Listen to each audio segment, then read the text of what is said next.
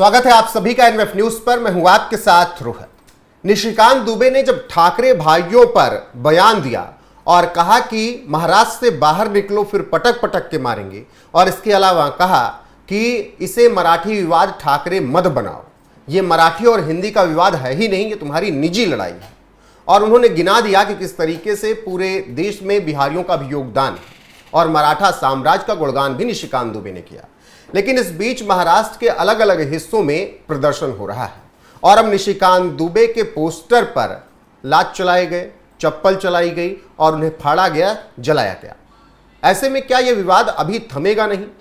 इसी पर चर्चा करेंगे। मेरे साथ हैं अनुपम प्रसून।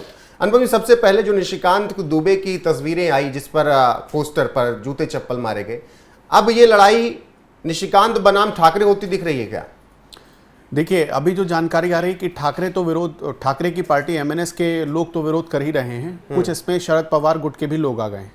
और शरद पवार गुट के अगर लोग आए हैं तो इसमें सबसे पहले आपको समझना पड़ेगा कि शरद पवार ने जब राष्ट्रवादी कांग्रेस पार्टी बनाई थी कांग्रेस से तोड़कर, आपको भी रोहित अच्छे से पता होगा, उस समय एक बिहारी ने ही साथ दिया था जिसका नाम तारिक अनवर है, और वो आज भी सांसद हैं, आज भी बिहार से सांसद हैं तारिक अनवर। तो तारिक अनवर ने साथ दिया, तब जाकर ठाकरे कांग्रेस से अलग, माफ करिएगा, शरद पवार कांग्रेस से अलग होकर एनसीपी बना सके, वरना वो एनसीपी कभी बनने से रहती। पीए संगमा कहाँ के थे? उत्तर भारत के थे। पीए संगमा ने साथ दिया, तब जाकर एनसीपी बनी थी। तो ये शरद पवार के कार्यकर्ता भूल गए। अब ये दूसरी चीज पर आते हैं, ये निशिकांत दुबे का विरोध। निशिकांत दुबे ने जिस हिसाब से कहा, जो कहा उन्होंने, वो क्यों कहा, उस घटनाक्रम पर आपको नजर डालना पड़ेगा। जिस हिसाब से चुन चुन कर उत्तर भारत के लोगों को, खासतौर पर बिहार यूपी के लोगों को पीटा जा रहा था, क्या ये सही था? बिल्कुल नहीं। ये तो मतलब यूपी बिहार क्या, देश के किसी भी हिस्से में अगर किसी को भाषा या बोली के आधार पर मारा जाता है तो उसको जायज नहीं ठहराया जा सकता। मैं आपको एक और चीज बताता हूं, मैं इसके कुछ एग्जाम्पल आपको देता हूं। जहां जहां कांग्रेस या गैर भाजपाई सरकारें थी या है, वहां पर ये भाषा के आधार पर तोड़ने की ये लोग कोशिश करते रहे। इसके 2-3 अच्छे एग्जाम्पल अगर आपको समझना हो, असम में बिहार के लोग गए परीक्षा देने के लिए, उनको मारा पीटा गया। उस समय वहां पर कांग्रेस की सरकार थी, तरुण गोगोई वहां के मुख्यमंत्री हुआ करते थे, और आज उनके बेटे देख रहे हैं कि आप कांग्रेस पार्टी में कितने बड़े हो गए। इसके अलावा आप तमिलनाडु में देख लीजिए, बिहारी मजदूरों को पीटने की बात आई, एक खबर बीच में आई थी, वहां पर भाषा के आधार पर ही विरोध हुआ। कर्नाटक में देखिए, वहां टारगेट किया गया।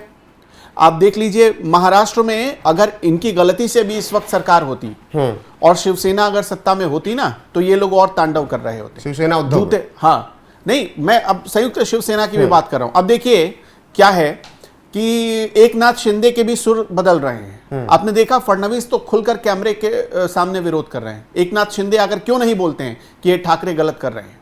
क्यों नहीं बोलते हैं? देखिए, कुछ बातें कड़वी लग सकती हैं, भाषा के आधार पर जब बांटा जाता है तब मतलब एक सीधा उनका मैसेज होता है, एक सीधा एजेंडा होता है।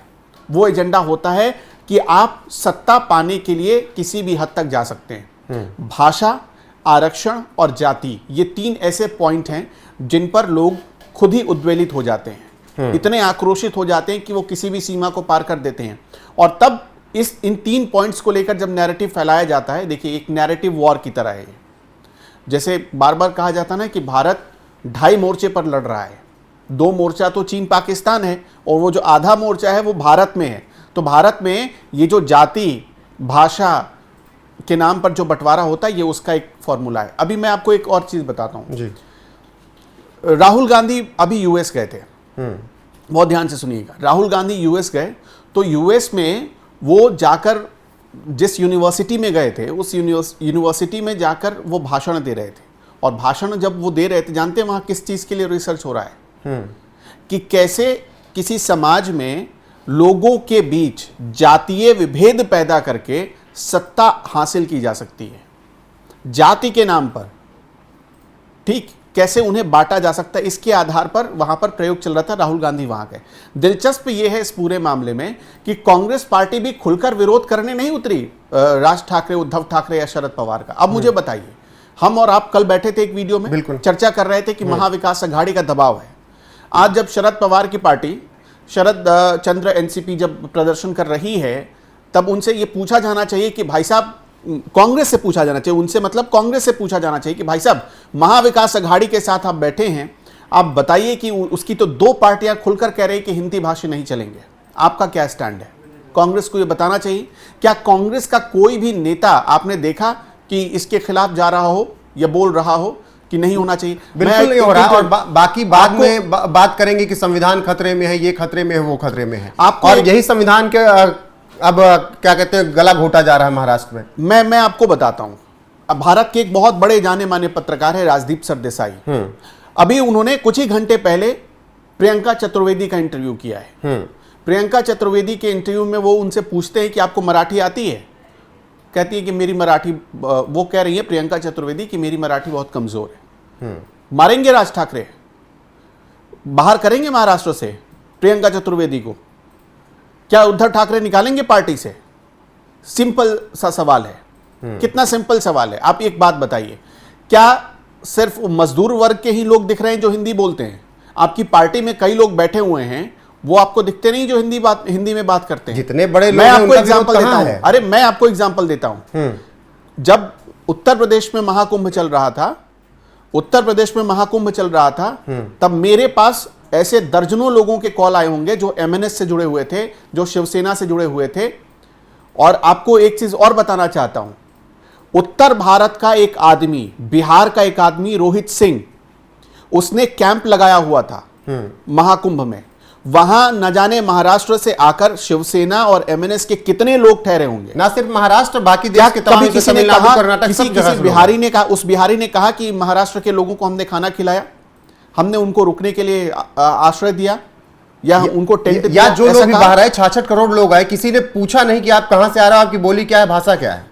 ये देखिए, ये जो आज चल रहा है, निशिकांत दुबे जो कह रहे हैं वो तो राजनीतिक रूप से कह रहे हैं। अब देखिए, निशिकांत दुबे के बयान का भी उतना ही समर्थन जायज है जितना राज ठाकरे का विरोध हो रहा है।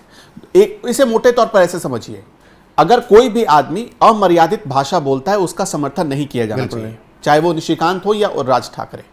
ठीक, विरोध करने के तरीके और बोली अलग हो सकती है। दूसरी चीज, आम आदमी को इन दोनों से क्या मतलब है? निशिकांत दुबे को अपनी राजनीति करनी है बिहार में, झारखंड में, और दूसरी तरफ आप देखिए कि राज ठाकरे को महाराष्ट्र में अपनी राजनीति करनी है। निशिकांत दुबे का भी क्या है, हैं बिहार के, लड़ते हैं झारखंड में, उनका भी जो उनका एरिया है अपना गोड्डा, वो तो झारखंड में आता है, और रहने वाले हैं बिहार के। उनके कामकाज जो बिजनेस है वो बिहार में है, भागलपुर में है, भागलपुर से कनेक्शन है उनका। तो कितना फर्क है? तो आप टोटल ये पूरी राजनीति में मत फंसिए। ये निशिकांत दुबे के पोस्टर पर चप्पल मारेंगे, इससे ज्यादा क्या कर सकते हैं आप? एक बात बताइए, जब ब्रजभूषण शरण सिंह ने चुनौती दी थी राज ठाकरे को, तो आना चाहिए था। इसे क्यों आप युद्ध की तरह ले रहे हैं? और क्यों भाषा के आधार पर युद्ध करवाना चाह रहे? दो नेता लड़ेंगे तो जाहिर सी बात है उनके समर्थक, उनके कार्यकर्ता लड़ेंगे। यही तो ये दोनों चाहते हैं, जिससे बाहर निकलना है आपको। अगर कोई आपके सामने ये कहे कि मराठी नहीं बोलो, तो आप उसको फौरन रोकिए कि नहीं, हम मराठी भी बोलेंगे, अगर हम सीख सकते हैं तो मराठी भी सीखेंगे, और हम हिंदी भी बोलेंगे, क्योंकि हिंदी हमारी भाषा है। तो हमारा सिंपल सा फॉर्मूला, या हर किसी आम आदमी का सिंपल सा ये फॉर्मूला होना चाहिए। और शरद पवार की पार्टी, शरद पवार को ये और क्लियर करना चाहिए आकर कैमरे पर खुद। अगर वो नहीं कह सकते तो अपनी बेटी सुप्रिया सुले से क्लियर करवाएं कि वो क्या राज ठाकरे का समर्थन कर रहे हैं, या वो जो उनको वोट देकर जिताने वाले लोग हैं उसमें हिंदी भाषी भी होंगे, उनका समर्थन कर रहे हैं। वो क्या चाहते हैं? बिल्कुल, सवाल तो वही है कि जिस तरीके से विवाद लगातार उत्पन्न किया जा रहा है, ये तो प्योर राजनीति दोनों तरफ से दिख रही है। लेकिन इसमें आपने जैसा जिक्र किया कि पिस रहा है आम इंसान।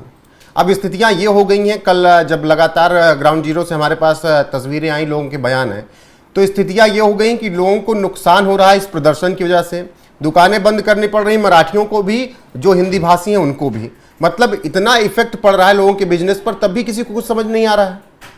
बिजनेस पर मुझे खुद याद है बहुत अच्छे से, मैंने वो रिसर्च करके अपने दर्शकों को बताई थी बात, कि अगर आज उत्तर भारत के लोग ना जाए, हिंदी पट्टी राज्य के लोग ना जाए, तो महाराष्ट्र में मजदूर मिलेगा क्या आपको? आपको पता है महाराष्ट्र, ये लोग कहते हैं कि हिंदी बोलने वाले स्टेट आगे नहीं बढ़ सकते। मैं महाराष्ट्र घूम कर आया हूं, आपको जानकर बड़ी हैरानी होगी। एक चीज आप बता देता हूं आपको, बिहार से ज्यादा गरीबी आपको महाराष्ट्र में नजर आएगी। बिहार में किसान सुसाइड करते हैं क्या? आपने सुना है किसी को? महाराष्ट्र के किसान सुसाइड करते हैं। गनीमत यह है कि 2014 के बाद से, जब से वहां बीजेपी का दौर आया है, तब से चीजें बदल रही हैं। उसके पहले की चीजें आप उठाकर देख लीजिए। पूरा विदर्भ, पूरा मराठवाड़ा, कपास के किसान सुसाइड करते हैं। सबसे ज्यादा कपास के किसान सुसाइड करते हैं। तो आप क्या कहेंगे इसे? आप बताइए। आप कहते हैं कि पिछड़ा, अरे तुम तो सारे जितने उद्योगपति हैं उनको सबसे ज्यादा गले लगाता है महाराष्ट्र, सबसे ज्यादा गले लगाता है। और इस वक्त भी देखिए अडानी अंबानी कहां से आ रहे हैं? गुजरात से आ रहे हैं। बिहार के कितने वहां पर बिजनेसमैन हैं, और जब विरोध हम देख रहे हैं तो कह रहे हैं हमको गुजरातियों से नफरत है। अगर गुजरातियों से नफरत है तो सबसे पहले अंबानी और अडानी कहिए ना मुंबई छोड़ दें। देखिए राज ठाकरे, अब उनके पास कोई इशू नहीं है, ये बिल्कुल जीरो बन चुके हैं। ये जब 2006 के बाद से अपनी पॉलिटिक्स आगे चमका रहे थे तो ये थोड़े बहुत हीरो बने थे इस टॉपिक को उठाकर। और उद्धव ठाकरे को इस बात का इल्म हो गया था 2 दिन पहले ही, मैंने आपको वो भी बताया था। 2 दिन पहले उद्धव ये समझ चुके थे कि भाई साहब इस मुद्दे पर हमारी दाल नहीं गलने वाली है। बीएमसी का चुनाव है, और एक चीज आप मोटे तौर पर समझा देते हैं, बीएमसी का इतना बड़ा बजट है ना, जितने कई राज्यों का बजट नहीं होता है, कई स्टेट्स का बजट नहीं होता है उतना। और अगर बीएमसी में भी नहीं आए, ये बीएमसी में भी नहीं आ पाए तो रोहित दुकान कैसे चलेगी, इनका घर कैसे चलेगा?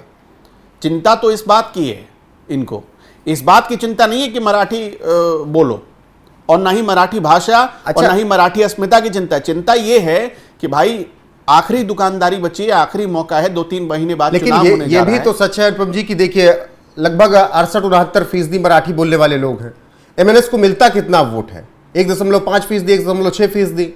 ये तो राजनीति में भी नहीं खड़े हो पा रहे हैं। पूरे महाराष्ट्र में उद्धव ठाकरे कितना वोट लेकर आए ये देखिए ना। विधानसभा के चुनाव 20 सीटें आकर रुक गए। 2 से 2.25% पूरे महाराष्ट्र के अगर बात करें तो ये तो मराठी भी इनको नकार रहे हैं ना। तो ये इनको तो मतलब आत्ममंथन करना चाहिए इस चीज पर। इनको, इन दोनों पार्टियों को आत्ममंथन करना चाहिए कि भाई साहब हम जिसकी लड़ाई लड़ रहे हैं वो हमें, हमारे इन मुद्दों को बिल्कुल नहीं चाहता है, वो नहीं चाहता है इन चीजों को।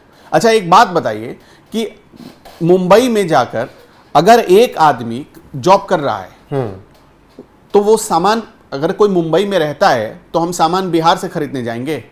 नहीं खरीदेंगे ना, मुंबई में ही खरीदेंगे। तो जो जीएसटी कलेक्शन जा रहा है, जो टैक्स जा रहा है, वो किसका जाता है, किसको जाता है? महाराष्ट्र की सरकार को ही तो जा रहा है।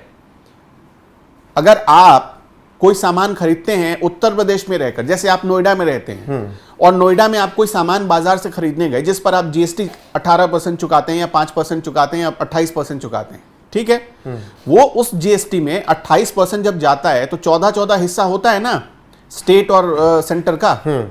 अब वो जो 14% जीएसटी जा रहा है वो किसको जा रहा है? नोएडा उत्तर प्रदेश में, तो उत्तर प्रदेश सरकार को जाएगा ना। तो सिंपल सा फॉर्मूला है भाई, रह रहा है आदमी तो वहां तुमको उसका टैक्स भी तो मिल रहा है, वो सामान जो वहां इस्तेमाल कर रहा है वो टैक्स तुमको जा रहा है। अगर मान लीजिए कि पानी का बिल भरना है, हम रह रहे हैं मुंबई में, तो हम नोएडा में आकर पानी का बिल तो भरेंगे नहीं। पानी हम यूज कर रहे हैं मुंबई में, तो उससे कमाई किसकी हो रही है? उससे कमाई तो बिल्कुल सरकार की हो रही है, नगर निगम की हो रही है, बीएमसी की हो रही है, ये सब देखिए।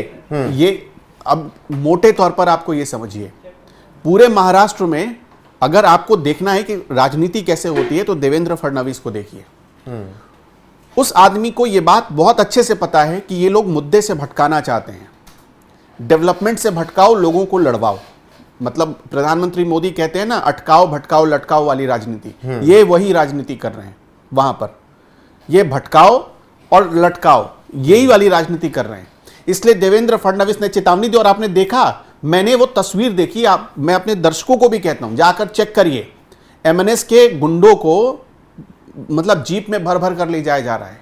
देखिए कल तस्वीरें हमने वो दिखाई थी और उसमें तमाम बयान भी ऐसे आए थे। हमने उस इन्फ्लुएंसर से भी बात की जो महाराष्ट्र में रहती है, महाराष्ट्र में जन्म हुआ, उसके साथ एमएनएस के गुंडों ने क्या किया? आपने देखा, FIR दर्ज हुई है इस पे। राष्ट्रीय मोरे, हाँ, राष्ट्रीय मोरे। बिल्कुल। अब इसी तरीके से ये विवाद आगे बढ़ रहा है। हालांकि अभी निशिकांत दुबे के बयान को लेकर बवाल मचा हुआ है। एनसीपी ने प्रदर्शन किया, उनकी तस्वीरों पर जूते मारे और राजनीति अपने चरम पर है। बाकी निशिकांत दुबे के किस बयान पर बवाल मचा, उस बयान के साथ आपको छोड़े जाते हैं। बने रहिएगा हमारे साथ, लगातार आपको यहाँ पर हर एक अपडेट मिलती रहेगी। नमस्कार। क्या है कि आप क्या कर रहे हो कि मराठी बोलना होगा? आप किसकी रोटी खा रहे हो? वहां टाटा है, बिरला है, रिलायंस है, कोई महाराष्ट्र में यूनिट नहीं है।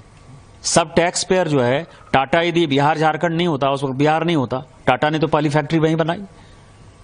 हमारे पैसे पर पल रहे हो तुम। कौन सा टैक्स जाते हो? कौन सी इंडस्ट्री है तुम्हारे पास? माइंस हमारे पास है, झारखंड के पास है, छत्तीसगढ़ के पास है, मध्य प्रदेश के पास है, उड़ीसा के पास है। आपके पास कौन सी माइंस है? रिफाइनरी यदि रिलायंस ने बैठाई या एसआर ने रिफाइनरी बैठाई तो वो गुजरात में रिफाइनरी बैठाई है। सारी इंडस्ट्री जो है, सेमीकंडक्टर की भी इंडस्ट्री है तो गुजरात में आ रही है। आप जो है लाटसाही कर रहे हो और ऊपर से जो है आप हमारा दोहन करके, शोषण करके टैक्स पेयर करते हो। और यदि आप में ज्यादा हिम्मत है तो आप हिंदी भाषी को मारते हो तो उर्दू भाषी को भी मारो, तमिलियन को भी मारो, आप जो है तेलुगु वाले को भी मारो। आप जो इस तरह की घटिया हरकत कर रहे हो, और मैंने हमेशा कहा है कि जब अपने घर में हो, महाराष्ट्र में हो, यदि बहुत बड़े बॉस हो तो चलो बिहार, चलो उत्तर प्रदेश, चलो तमिलनाडु, तुमको पटक पटक के मारेंगे। ये अनार्की जो है नहीं चलेगी।